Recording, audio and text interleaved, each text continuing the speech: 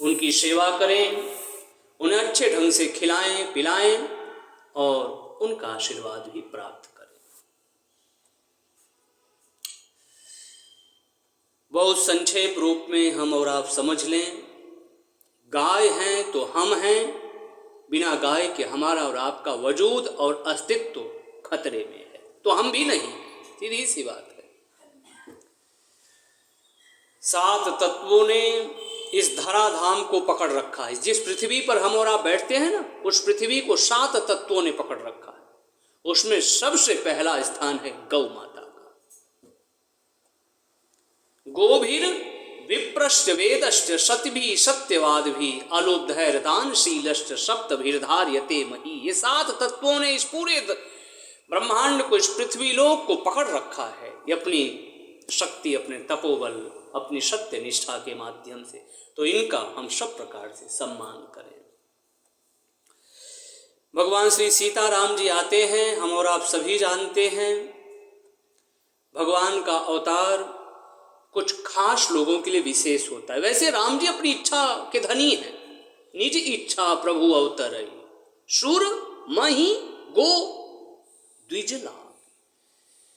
लेकिन आप जैसे सज्जन जब ईश्वर को पुकारते हैं तो ईश्वर की बाहुएं फड़कने लगती हैं। उस आदताई, उस नराधम का वध करने के लिए भगवान वध नहीं करते। मेरे राम दयालु हैं, कृपालु हैं, उसका उद्धार करते हैं। मेरे कृष्ण, मेरे राम तो अपने सज्जनों के लिए आते हैं, अपने विप्रों के लिए आते हैं, गौ माता के लिए आते हैं। कहीं पर भी आप देखेंगे वहां पर गोस्वामी तुलसीदास जी महाराज लिखने से चूके नहीं। उन्होंने लिखा कि हमारी गौ माता जब सताई जाती हैं, त्रसित होती हैं, कष्ट में आती हैं और उनके आंखों से अश्रु बहते हैं ना, तो मेरे राम, मेरे कृष्ण को ये बातें बिल्कुल अच्छी नहीं लगती। गाओ लोकस्य मातरः। पृथ्वी माता का स्वरूप यदि हम और आप देखना चाहें कि पृथ्वी माता का स्वरूप कैसा है, हो सकता है कभी ये जिक्र आए, ये बातें आए कि पृथ्वी माता की अद्भुत महिमा है, मन में एक विचार आए, अच्छा पृथ्वी माता का स्वरूप कैसा होगा। गौ माता को देखें, यही पृथ्वी का स्वरूप है। गौ और पृथ्वी एक रूपा है, समरूपा है। ये दोनों एक ही है। जो पृथ्वी है वही गौ है, जो गौ माता है माँ नाम जिनका है वो सब श्रेष्ठ है इस पृथ्वी लोक पर। जिसका भी माँ नाम है, आप किसी का भी माँ नाम है, वो सब श्रेष्ठ है। लेकिन इसमें ये सब तो इतनी श्रेष्ठ हैं, जिस पृथ्वी माँ पर हम बैठे हैं, जिस गौ माता की छत्र छाया में हम रहते हैं, ये सब तो इतनी श्रेष्ठ हैं प्यारे, इतनी श्रेष्ठ हैं कि वहां तक वाणी गा ही नहीं सकती। पृथ्वी माता क्या कभी किसी को कहती है कि भाई तुम तो बहुत छोटे हो, मैं तुम्हें नहीं लूंगी? क्या कभी किसी को ऐसे कहते सुना? आप जो भी रख दो, जो भी करो, चुपचाप आओ बेटा, तुम भी मेरे पुत्र हो, मैं तुम्हारा स्वागत करती हूँ।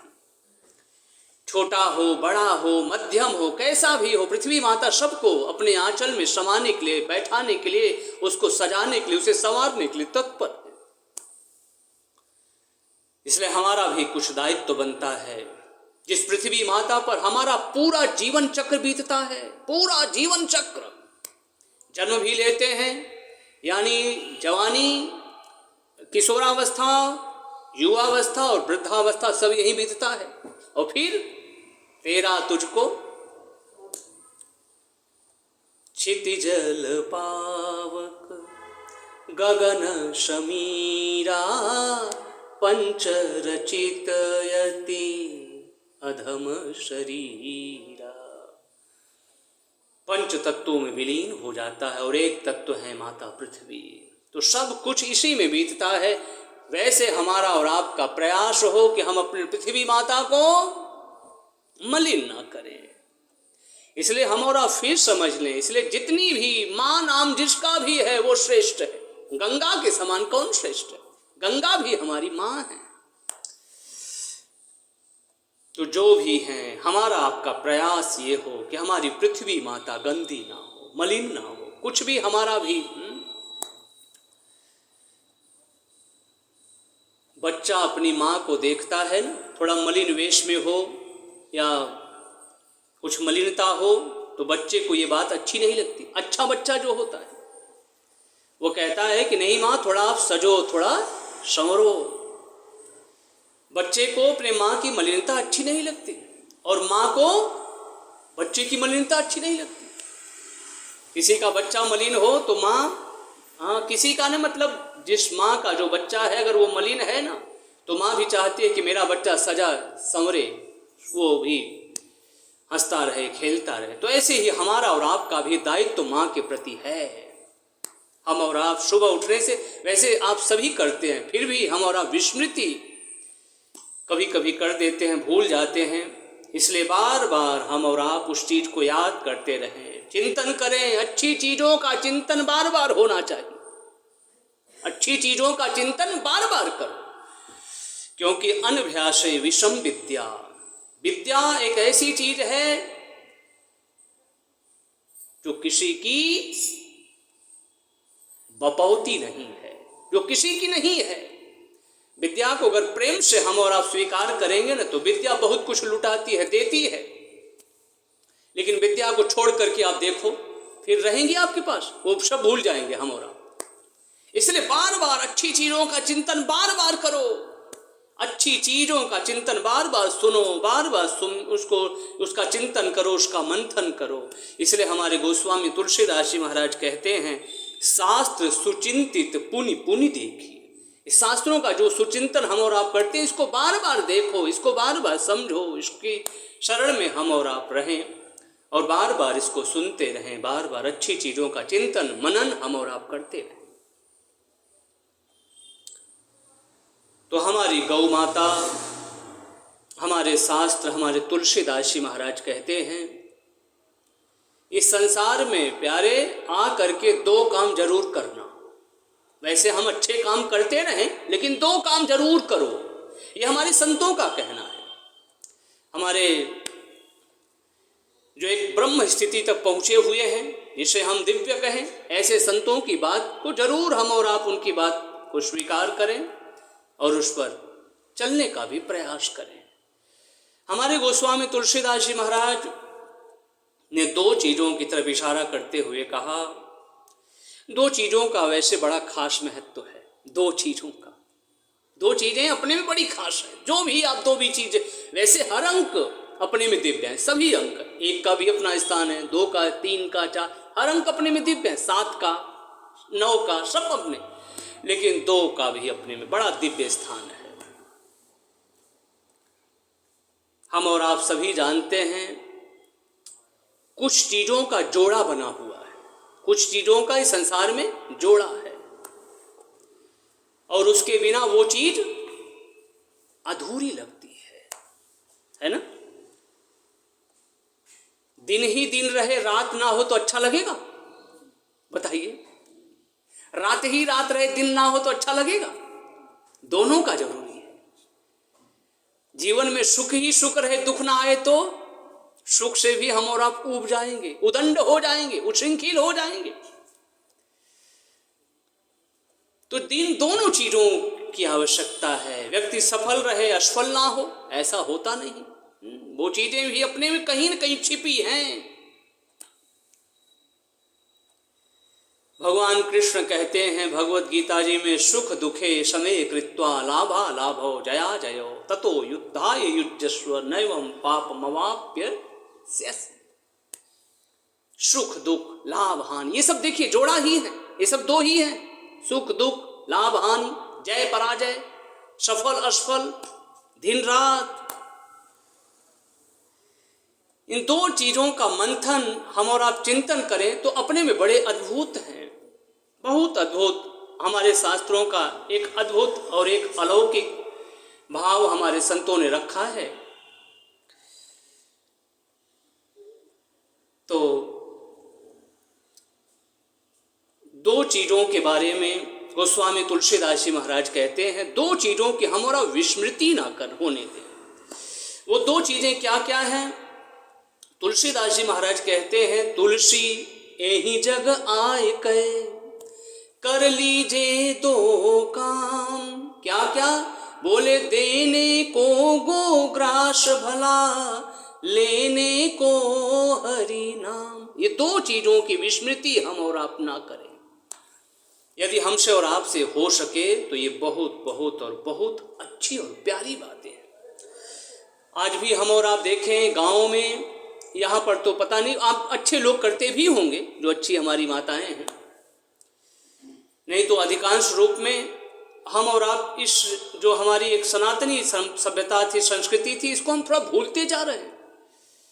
हम अपने भगवान को भोग लगाते हैं, भगवान तो अपने घर में ही हैं, लेकिन गौ माता को थोड़ा ये होता है कहाँ कहाँ उनको खोजेंगे, वो पता नहीं कहाँ पर है, लेकिन आप खोजोगे तो मिलेंगी जरूर। हम और आप यदि गौ माता को खोजें तो मिलेंगी जरूर से। तो कहने का मतलब हमारे और आपके कदम इधर उधर, कभी कभी हम और आप देखें कितनी व्यर्थ की जगहों पर दौड़ते रहते हैं। कभी कभी हम और आप देखें हम इधर उधर इतना जगहों पर जाते हैं, लेकिन यदि हमारा और आपका प्रयास हो गौ माता को खिलाने के लिए तो सचमुच में गौ माता जरूर मिल जाएंगे। हम और आप, हमारा आपका प्रयास होना चाहिए। मुझे ये बात कहने में बहुत गर्व और हर्ष की अनुभूति होती है। आज भी हमारी जो ग्रामीण माताएं हैं, आज भी, और वहाँ पर यदि हम और आप कहें तो हमारी जो गौ माता है उनको लोग पालते भी हैं। अब यहाँ पर तो लोगों के पास जगह भी कम है, एक छोटे से फ्लैट में 2 फ्लैट हैं, तो भी उनके पास वो व्यवस्था नहीं है कि किसी गौ माता को रखें, उनके लिए चारे का प्रबंध करें, उनके लिए उनके जो उनका आहार है उसकी व्यवस्था करें। तो इन सब चीज़ों के लिए एक बड़ी व्यवस्था होनी चाहिए, और फिर उसके लिए हम और आप भी नहीं कर पाएंगे, किसी फिर नौकर की व्यवस्था करनी पड़ेगी, तब जाकर के गौ माता की सेवा शुश्रूषा हो पाएगी। तो कई प्रकार की बातों को हम सोचते हैं यार इससे अच्छा तो गौशाला में ही पहुंच जाएं, वहाँ पर गौ माता भी हैं, उनका दर्शन भी हो जाएगा, कुछ अपना खिलाना पिलाना भी होगा, और फिर हम अपना चले भी आएंगे। तो लेकिन आज भी हमारे और आपके गाँव में यदि हम और आप कहें तो हम और आप गौ माता का संवर्धन करते हैं, गौ माता की रक्षा करते हैं, गौ माता को खिलाते पिलाते और दिव्य प्रकार से उनकी सेवा शुश्रूषा करते हैं। तो आज भी हमारी जो ग्रामीण माताएं हैं वो आज भी जब भोजन बनाती हैं ना, तो भोजन में सबसे पहले जो 2 रोटी होती है वो निकाल देती, और उसमें जो भी है, चावल है, दाल है, सब्जी है, मिष्ठान है, उन सब चीज़ों को पहले वो रख देती, और वो 2 रोटी और जितनी भी चीज़ें बनी है वो ले करके बाहर निकलती है। कहाँ पर? जहाँ पर उन्होंने गौ माता को रख रखा है, जहाँ पर उसको बांध रखा है, वहाँ पर ले जाते उनको प्रेम से गौ माता को खिलाती है। तो ये चीज़ें जरूर से हम और आप कर सकें तो करें, ये विशेष पुण्यदायी है। कभी कभी हम सोचते हैं ना कि ऐसा क्या करें कि पुण्य मिले। हो सकता है आप सभी अच्छे हैं, सत्कर्म के पथ पर चलने वाले हैं, मन में विचार कभी कभी आता होगा कि यार ऐसी क्या चीज़ की जाए, मान लो वहाँ करते हैं तो हो सकता है हमारी मानसिकता कभी सोचे कि अरे यार वहाँ तो ऐसा है। जिसकी मानसिकता जैसी हो वो सोचे, तो हम ऐसी किसी स्थान पर जाएं कि वहाँ पर हमें पुण्य मिले। तो गौ माता से बढ़ करके दिव्य और श्रेष्ठ कोई है ही नहीं। स्वामी श्री राम सुखदास जी महाराज राजस्थान की धरती के बहुत दिव्य और अच्छे संत हुए। स्वामी जी महाराज अपनी बात में कहा करते थे, स्वामी जी महाराज कहते थे कि हम और आप तीर्थों में जाते हैं, जाना भी चाहिए, तीर्थों में जाना चाहिए।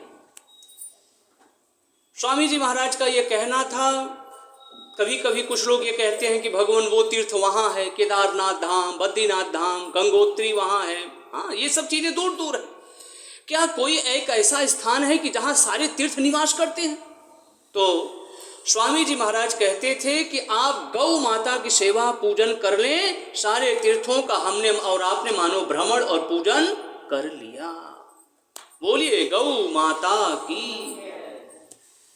तो गौ माता का हम और आप विशेष रूप से ध्यान रखें।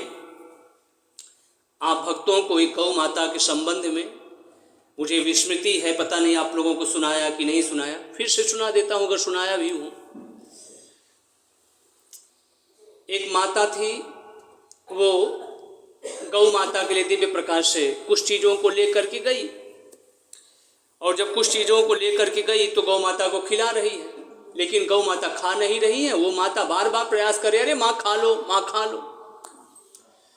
बाद में वो खाती नहीं, और उसके बाद जब बहुत प्रयास वो माता करने लगी तब वो गौ माता ने सोचा कि ऐसे मानने वाली है नहीं, थोड़ा सा अपने सींग से ऐसे ही अपने को हिलाया उसके सामने। जब सींग हिलाया तो माता डर गई, कोई मुझे चोट न पहुंचा दे। वो माता चली गई। तो बगल में बैठे थे वृषो वाहन धर्म। धर्म के साक्षात स्वरूप बैल देवता है। गौ माता साक्षात पृथ्वी स्वरूपा है, बैल देवता साक्षात धर्म स्वरूप है। तो बैल देवता ने गौ माता से कहा, अरे गौ माता, वो माता आई थी आपको प्रेम से खिला रही थी, आप खा क्यों नहीं रही थी? उसने इतना प्रयास किया, लेकर के कुछ आई थी तो आपको खाना चाहिए था ना। गौ माता ने कहा, बात यह है वृषवाहन भगवान, बैल देवता, धर्म स्वरूप भगवान, बात यह है कि आज एकादशी है ना, इसलिए वो आज माता मुझे लेकर के आई थी। एकादशी के पहले जब मैं उसके घर पर जाती हूँ ना तो वो डंडे लेकर के मुझे दौड़ाती है। तो कहने का भाव यही है कि हम और आप रोज गौ माता की सेवा करें, पूजन करें ना, और उनका संवर्धन करें, और सब प्रकार से थोड़ा सा अपनी दूरी भी बना करके रखें अपनी सावधानी के साथ। कहने का मतलब कि हम और आप कहीं चोटिल भी ना हो जाएं। बाकी गौ माता तो साक्षात इस पृथ्वी तल पर वो जिसे कहें प्रत्यक्ष देवी देवताओं का भंडार, जहाँ सारे देवी देवता वास करते हैं। आप किसी भी वस्तु चीज का नाम लीजिए, कहते हैं कि लक्ष्मी माता को जब कहीं पर स्थान नहीं मिला तो लक्ष्मी माता ने गोबर में अपना स्थान बना लिया। हमारे शास्त्रों का ऐसा कहना है कि जो गौ माता का जो गोमूत्र है वो साक्षात गंगा है, वो साक्षात गंगा। इस गोमूत्र के ऊपर बहुत बड़े बड़े पेटेंट हो रहे हैं। अमेरिका ने भी रिसर्च किया और उसने भी माना कि गोमूत्र की अद्भुत और अलौकिक और औषधीय इसकी महिमा है। तो फिर जब उधर के लोग मान लेते हैं ना, तब यहाँ के लोग वैसे कुछ नहीं। तो भगवान सबको सद्बुद्धि दे। तो कहने का भाव यह है, ये कुछ चीजें ऐसी हैं जो दुनिया के लिए, लोगों के लिए आती हैं, ये समाज के लिए, हम सब के लिए आती हैं। वृक्ष कबहु नहीं फल भखें, नदी न संचय नीर, परमारथ के कारणे साधुन धरा शरीर। ये कुछ तत्व ऐसे हैं जो दूसरों के हित के लिए, दूसरों के परोपकार के लिए आते हैं। तो उसमें से गौ माता भी हैं, सब कुछ अपना दे करके ही जाती हैं। तो गौ माता की जितनी भी हम और आप सेवा, पूजा और बंदगी करें वो हमारे और आपके लिए उतना ही अच्छा है। तो ये तो पहले गकार की चर्चा हुई। आज गोपाष्टमी के परम पावन पर्व पर दो गकार और शेष हैं। एक तो गोपी माता और दूसरी गीता माता। इन यदि मुझे तो एक बात आप भक्तों से मैं संवाद के रूप में साझा करूं, भगवान कृष्ण से हम और आप यदि भक्ति करते हैं, यदि उनसे प्रेम करते हैं, तो इन तीनों से भी हम और आप प्रेम जरूर करेंगे, क्योंकि आप और हम भगवान कृष्ण के भक्त हैं। भगवान कृष्ण का इन तीनों से बहुत लगाव रहा, गीता से भी, गोपी से भी और गाय से भी। और अगर इन तीनों के प्रति हमारे मन में कोई भाव नहीं और हम एकमात्र कन्हैया के भक्त हैं, तो फिर आप और हम समझ सकते हैं, कहने की आवश्यकता नहीं है। तो हम अपने गौ माता के पीछे पीछे पीछे कन्हैया चलते रहे, चलते रहे, चलते ही रहे। वो भी नंगे पाए, पैरों में जूतियां तक उन्होंने नहीं पहना। जब गौ माता को चराने की बात आती है तो यशोदा माता जूतियों को पहनाने लगी। अरे कन्हैया पहन ले, तुझे पता है जंगल जंगल में कितने नुकीले नुकीले पत्थर हैं, कंकड़ है, तुझे गड़ जाएंगे, तुझे चोट पहुंचेगी, कष्ट होगा। भगवान कृष्ण कहते हैं कि माँ, मेरी जो गौ माता है, पहले आप पहनाना चाहती हो तो पहले उनको जूतियां पहनाओ, फिर उसके पीछे मैं पहनूंगा। भगवान कृष्ण जब तक वृंदावन धाम में रहे तब तक उन्होंने जूतियों को नहीं पहना, नंगे पाए ही गौ माता के पीछे पीछे पीछे पीछे। और उसी गौ माता की सेवा का ये फल हुआ कि आगे चल करके द्वारिकानाथ हुए। ये सब फल हैं। इसलिए अभी जो चर्चा हमारी और आपकी चल रही थी ना, कि कभी कभी हम और आप ये सोचें कि बहुत पुण्य कहाँ है, गौ की सेवा करो। इसका एक विशेष फल, इसका एक विशेष पुण्य हमारे और आपके जीवन में कुछ समय के बाद हमें और आपको देखने को मिलेगा। मैं अपनी बात आप भक्तों से कहूं, मुझे बहुत प्रसन्नता होती है। कभी कभी मैंने कुछ अपने भक्तों को देखा, उन्होंने ऐसे ही जैसे पालक है, मेथी है, उसको लिया, गौ माता को लो माँ, बहुत अच्छी बातें हैं, आप लोग भी कर सको, बहुत अच्छी बातें हैं, ये बहुत प्यारी बातें हैं। गौ माता को कुछ हरा चारा खिलाओ, कुछ खिलाओ प्यारे। यहाँ गौशाला दूर है तो दूर है, लेकिन कम से कम आगे पीछे गौ माता दिखाई दे रही हैं। कभी कुछ पालक दिखाई दिया, कभी कुछ मेथी दिखाई पड़ा, लो माता पाओ आप। हाँ साहब, बोलिए गौ माता की, भंडार लगा दो साहब, खाएं खूब गौ माता। तो इस प्रकार से गौ माता का हम सब प्रकार से संवर्धन करें और गौ माता की सेवा करें, और उसके साथ साथ गौ माता हम लोगों का भी मंगल करे और कल्याण करे। तो भगवान कृष्ण को एक तो गौ माता से बहुत बहुत और बहुत प्रेम है। दूसरी बात आती है गीता माता। गीता से भी भगवान कृष्ण का बहुत लगाव है, बहुत लगाव। गीता जी को हमें और आपको समझना हो तो मानस और गीता दोनों को मिला करके देखेंगे तो गीता बहुत सरल रूप से हमें और आपको समझ में आएगी। भगवान कृष्ण ने भगवत गीता के माध्यम से भक्तराज अर्जुन के विषाद योग को आगे ले जाकर मोक्ष योग में बदल दिया। अर्जुन, आप विषाद से योग मोक्ष संन्यास योग तक पहुंच सकते हो, और पहुंचा दिया भगवान कृष्ण ने। हम विषाद करते हैं तो क्या हमारा विषाद भी योग हो सकता है? कभी आप थोड़ा विचार करें, कोई रोए और लोग कहें ये तो योग है। अगर ये योग की बातें न लिखी होती, पहला अध्याय जो हम और आप पढ़ते हैं विषाद योग, तो कई कहता है ये विषाद भी कोई योग है। लोग कहते यार आप झूठी कोई बातें करते हो, कल्पना की बातें करते हो, कोई विषाद भी कभी योग होता है? लेकिन विषाद भी अगर सही दिशा में जुड़ जाए तो विषाद भी एक योग हो जाता है।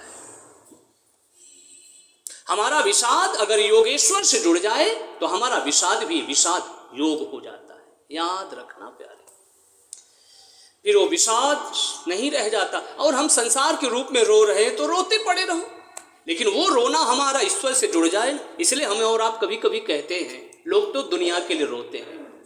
अभी आप बहुत प्यारा भजन गा रहे थे ना, वो बहुत अच्छी मुझे अंतरा लगी लास्ट की। तो उसमें हम दुनिया के लिए तो रोते ही हैं, कभी अपने कन्हैया के लिए भी रो करके देखो, कभी इनसे रो करके जुड़ो, फिर देखिए भगवान कृष्ण कहते हैं कि आप कभी मेरी तरफ भी चल करके देखो तो सही, तुम्हें ये न कर दूं तो तुम फिर कहना।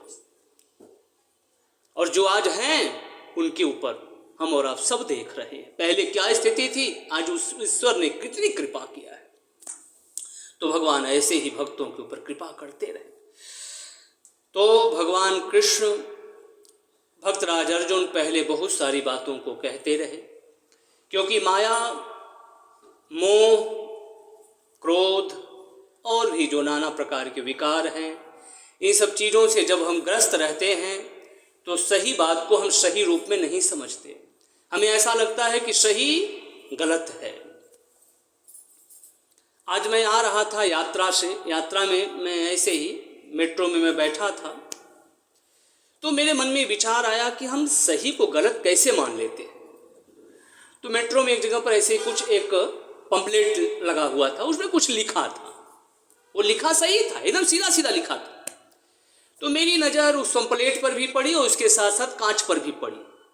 पंपलेट पर जब मैं देखता था तो एकदम सीधा लिखा था, लेकिन जब मैं कांच पर देखता था तो उल्टा दिखाई पड़ता था। अब कोई अगर कहे कि उल्टा लिखा है तो हम और आप क्या कहेंगे? आप झूठ बोलते हो, आप तो बिल्कुल झूठे हो, देखो साफ साफ सीधा लिखा है कि नहीं?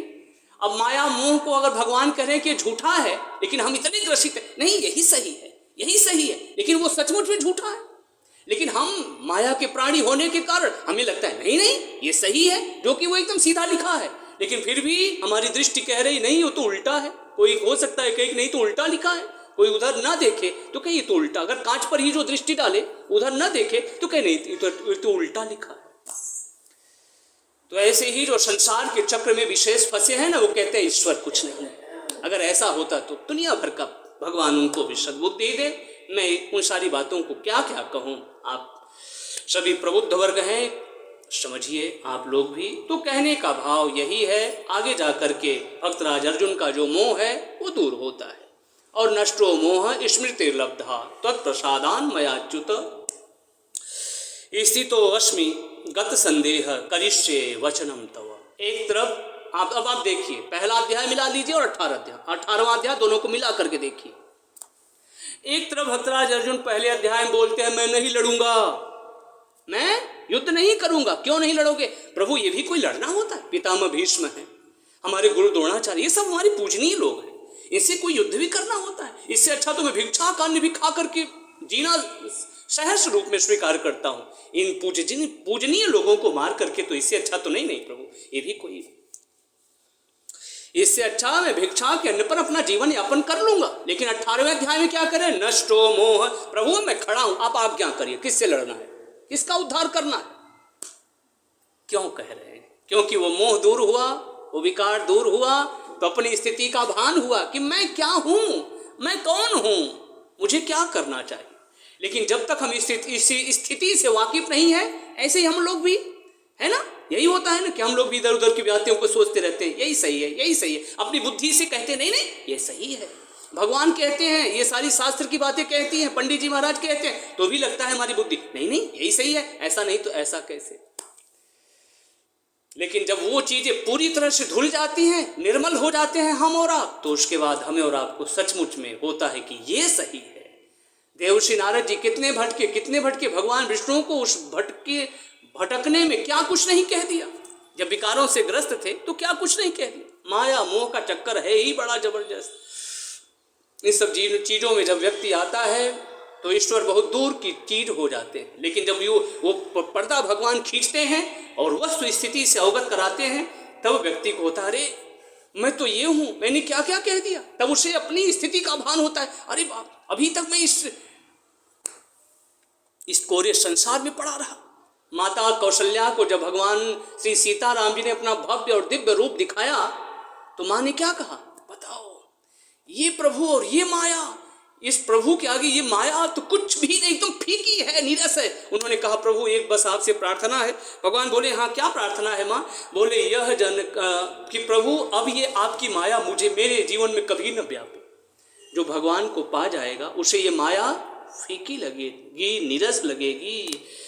माया का प्रभाव तभी तक रहता है जब तक हम और आप प्रभु को स्वीकार नहीं करते, प्रभु को स्थान नहीं देते, प्रभु की बात को नहीं समझते, तभी तक माया अपना प्रभाव दिखाती है। और जैसे प्रभु के शरण में रहते हैं, आ जाते हैं, तो माया तब हरि रमा, जब हरि माया दूर निवारी, नहीं तह रमा न राजकुमारी। तब सत्य का हमें और आपको आभास हो जाता है। खैर हम और आप विशेष रूप से अभी माया में ही रहिए, माया की बातों में रहिए। कहने का भाव यह है, हम और आप, हमारे गुरु भी ऐसे ही होने चाहिए। हमारे शास्त्र कहते हैं नहीं संसार छुड़ावे, नहीं संसार छुड़ावे। माला में जाए तो हरि दर्शन करावे, मालपुआ में भी जाए तो भी हरि दर्शन करावे, सो गुरु सत्य कहावे। अब ऐसा नहीं कि अब हम माया, भाई ये तो कुछ है ही नहीं, अब हम ईश्वर का ही भजन करें। ठीक है, घर में ही बैठ करके करिए ना, अच्छी बात है। तो इस प्रकार से प्रभु की मंगलमय कृपा की वर्षा भक्तों के ऊपर सदा सर्वदा होती रहे। तो आइए हम और आप प्रभु शरण में चलें। गोविंद हरे गोपाल हरे, जय जय प्रभु दीन दयाल हरे, गोविंद हरे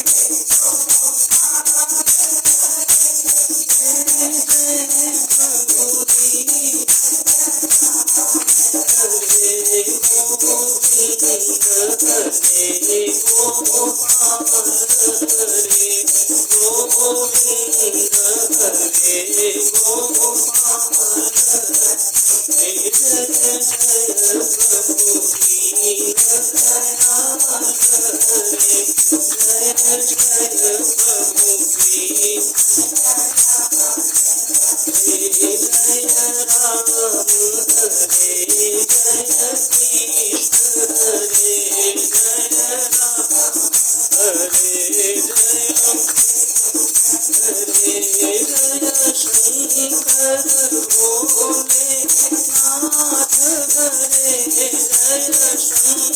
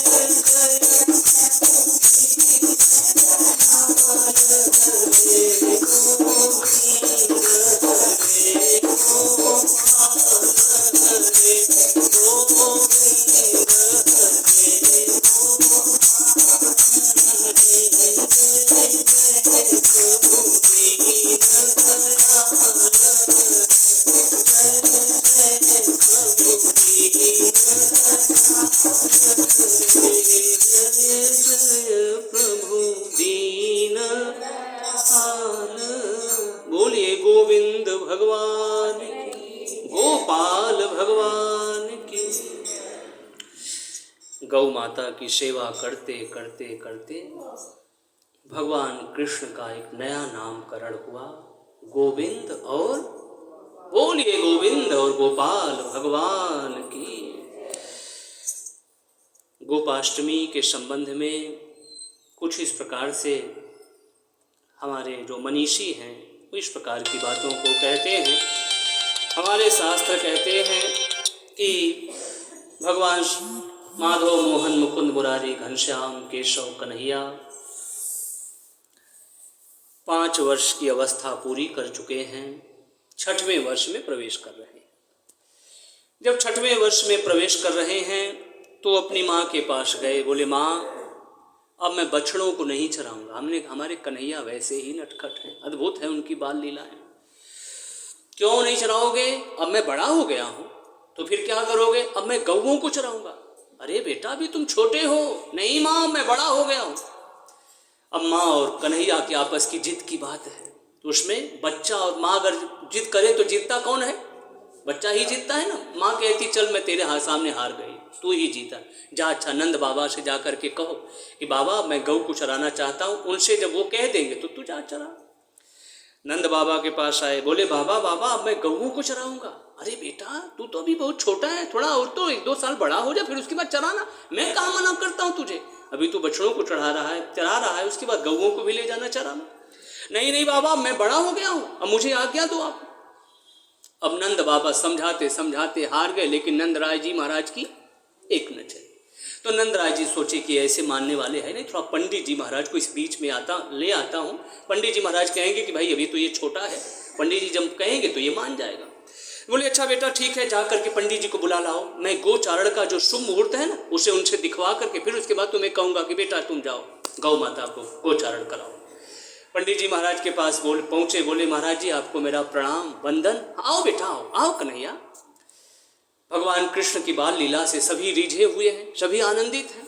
जैसे ही पंडित जी महाराज के पास पहुँचे अपने बाल कृष्ण बोले भगवान मैं गोचारण कराना चाहता हूँ, मैं गौ माता को घास चराना चाहता हूँ, लेकिन कोई आज्ञा मुझे नहीं दे रहे, न तो नंदराय जी और न तो मेरी माता, न तो मेरे बाबा, न तो मेरी माँ। देखो बाबा अगर आप सही शुभ मुहूर्त अभी बता दोगे, तुरंत बता दोगे ना, तो तुम्हें मैं ढेर सारा माखन दूंगा। अब पंडित जी महाराज जब इस बात को सुनते हैं तो भगवान की तोतली बात को सुन करके मुस्कुराए, बोले चलो बेटा मैं चलता हूँ। नंदराय जी के पास पहुँचे, लगे अपनी पत्रिका जो है उसे पलटने लगे, बार बार पलट रहे हैं, देख रहे हैं। नंदराय जी ने महाराज ने कहा क्या बात है बाबा, आप बताओ ना कौन सा शुभ मुहूर्त है गौचारण का। उन्होंने कहा महाराज जी मैं क्या बताऊं, और तो कहीं मुहूर्त दिखाई नहीं पड़ रहा है, आज का ही दिन बड़ा शुभ मुहूर्त है गौचारण के लिए, इसलिए आज अगर ये मुहूर्त चला गया तो इसके बाद 1 साल के बाद ही आएगा।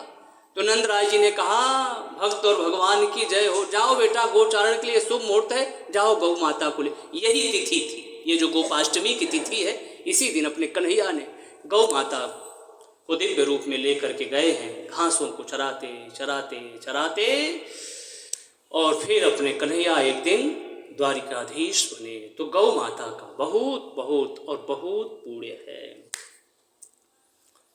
गौ माता हमारी सारी मनोकामनाओं को पूरा करती है, इसलिए हमारे शास्त्र कहते हैं गौ को हमेशा हम आगे करके चलें। याद रखना प्यारे, गौ को जो चीजें हमसे श्रेष्ठ होती हैं हम उसे क्या करते हैं, उसे पीछे करते हैं कि आगे आगे करते हैं ना। तो गौ ये सब चीजें श्रेष्ठ है, इनको हम आगे करके हम पीछे पीछे चलते रहें चलते रहें चलते रहें। जो भी हमारी और आपकी मनोकामनाएं होंगी वो गौ माता की कृपा से पूरी हो जाएंगी। तो इस प्रकार से हमारे शास्त्रों का ऐसा कहना है कि भगवान माधव मोहन मुकुंद मुरारी गीता माता से, गाय माता से अब बची हैं गोपी माता। गोपियों से भी भगवान कृष्ण का अद्भुत प्रेम है, अद्भुत लगाव है। गोपी माताओं की भी जितनी भी चर्चा की जाए सचमुच में वो कम ही है, वो कम ही है। भगवान ने गोपी माताओं के पास परम ज्ञानी उद्धव जी महाराज को भेजा है। हे उद्धव जी, आपके जीवन में मैं देख रहा हूं ज्ञान की एक अद्भुत गंगा बह रही है, लेकिन मैं देखता हूं ज्ञान की तो अद्भुत गंगा बह रही है, लेकिन भक्ति आपके जीवन में नहीं दिखाई पड़ रही। उस भक्ति की धारा में डूबने के लिए, गोता लगाने के लिए, उस भक्ति को समझने के लिए आपको मैं भेज रहा हूं ब्रजांगनाओं के पास। भगवान ने कहा तो नहीं, लेकिन अप्रत्यक्ष रूप में उद्धव जी को यह संकेत था, वहां जाओ भगवान। ज्ञान ज्ञान की बातें कहते हैं, अच्छी बात है, ज्ञान का आपका बहुत सम्मान है। नहीं ज्ञाने न सदृशम पवित्रमीह विद्यते। भगवान कृष्ण कहते हैं ज्ञान से बढ़कर पवित्र करने वाला तो कुछ है ही नहीं ज्ञान, लेकिन ज्ञान में जब तक भक्ति ना हो तो वो ज्ञान जो है अधूरा है।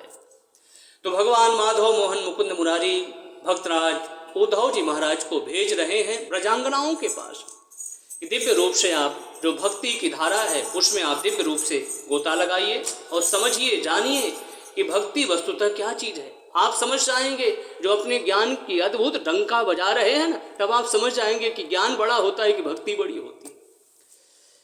वहां पर वो पहुंचे, गिनान गंगा की धारा बहाना शुरू किए। गोपियां अपने अद्भुत भक्ति प्रेम की बात रखती, ये अपने ज्ञान की बातें रखते। ज्ञान और भक्ति की मानो लड़ाई चल रही है, देखना ये है कौन बाजी मारता है। अंधतो गत्वा होते होते ज्ञान घुटने टेक गया। भक्ति महारानी आपकी जय हो, आपको मैं प्रणाम करता हूं।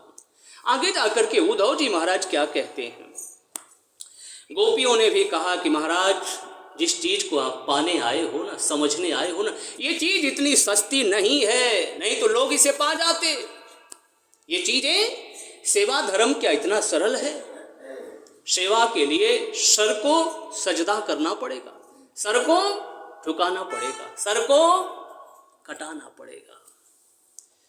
ये तो प्रेम की बात है। ये उद्धव महाराज आपको हम सबका वंदन है, लेकिन जो ज्ञान गंगा बहा रहे हो ना, यहाँ ज्ञान गंगा नहीं, यहाँ प्रेम की गंगा बहती है। ये क्योंकि ब्रजभूमि है, ये प्रेम की गंगा यहाँ बहती है। ज्ञान की गंगा उसका भी सम्मान करते हैं, लेकिन ये प्रेम की भूमि, हम प्रेम की धारा बहाती है। ये तो प्रेम की बात है उद्धव, बंदगी तेरे बस की नहीं है। लेकिन मेरी समझ मुझे ये कहती है कि उद्धव जी जैसे जब ज्ञानी फेल हो गए तो हम और आप तो बहुत बहुत और बहुत पीछे। इसलिए मुझे कहने में कोई संकोच नहीं, आप भक्तों के बीच में मैं कहूं, ये तो प्रेम की बात है उद्धव, बंदगी सबके बस की, सबके बस की नहीं है। उद्धव जी जैसे जब ज्ञानी घुटने टेक दिए तो हम लोग तो पीछे की बात। सबके बस की। क्यों? क्योंकि यहाँ श्रद्धे के होते हैं सौदे। अगर ऐसा ना होता तो लोग सब पा जाते, लेकिन कोई बिरला पाता है। क्यों पाता है? क्योंकि यहाँ श्रद्धे के होते हैं सौदे, आशिकी इतनी सस्ती। घोड़े चले जा रहे हैं, घोड़े पर बैठने वाले पैदल जा रहे हैं। लगाम को जिसने पकड़ रखा है घोड़े की, वो कह रहे हैं कि भगवान घोड़े पर आप बैठ जाओ, घोड़े की शोभा बढ़ाओ। घोड़े की शोभा कब है? जब घोड़े के ऊपर है ना, तभी तो उसकी शोभा है, नहीं तो फिर घोड़ा घोड़ा है, उसकी अपनी एक शोभा है। लेकिन जब उस पर घुड़सवार बैठता और वो चलता है तो घोड़े की एक अद्भुत शोभा होती है। तो घोड़े के लगाम को जिन लोगों ने पकड़ा है वो कह रहे हैं किससे? भक्तों के मणि जो हैं, भक्तों में जो शिरोमणि हैं, भैया भरत से कह रहे हैं, अरे महाराज आप बैठिए घोड़े पर, आप क्यों पैदल चल रहे हैं? बिना पदत्राण के आप पैदल ही चले जा रहे हैं, ये घोड़े फिर किस काम के? घोड़ों का मतलब तो यही है, इन घोड़ों का उपयोग किया जाए। तो भैया भरत क्या कहते हैं? सिर भर जाऊं। यहाँ सर दे के होते हैं, याद रखना प्यारे, इसी बात को मिला करके देखिए, मानस से भी भागवत से भी। सिर भर जाऊं उचित यश मोरा, सिर भर, पैर की बात छोड़ो प्यारे, मुझे तो सिर के बल चलना चाहिए था। सिर भर जाऊं उचित यश मोरा, क्यों? क्योंकि सब ते सेवक धर्म कठोरा, सब ते सेवक धर्म कठोरा। आगे जाकर ज्ञान में घुटने टेक दिया, हे भक्ति महारानी आप दिव्य श्रेष्ठ बड़ी हैं।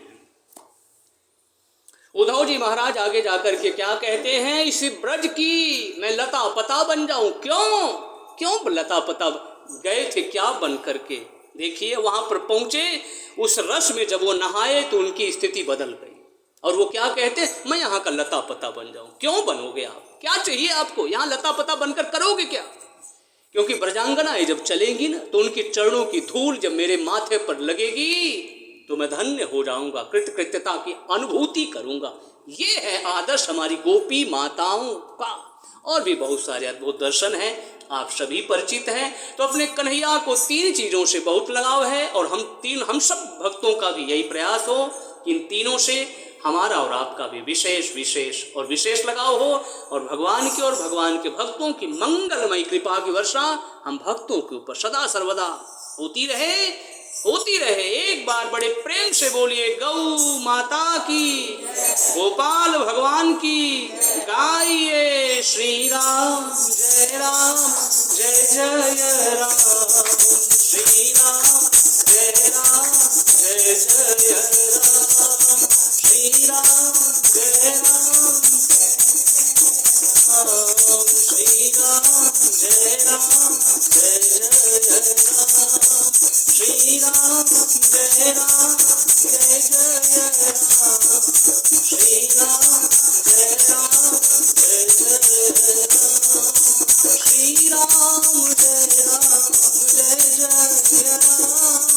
श्री राम जय राम, जय जय राम, श्री राम जय राम, जय जय राम, श्री राम जय राम,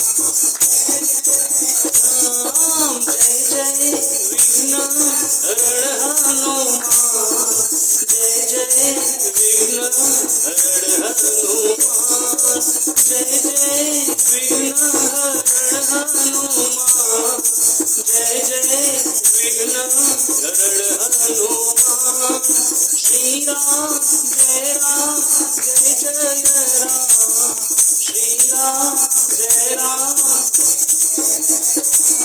श्री राम जय राम, जय जय राम, श्री राम जय राम, जय जय राम, जय जय विघ्न हरण हनुमान, जय जय विघ्न हरण हनुमान। बोलिए श्री हनुमान जी महाराज की जय, श्यावर रामचंद्र भगवान की, श्री कृष्ण कन्हैया लाल की, सभी देवी देवताओं की हर हर जय जय राधे श्याम। राम राम।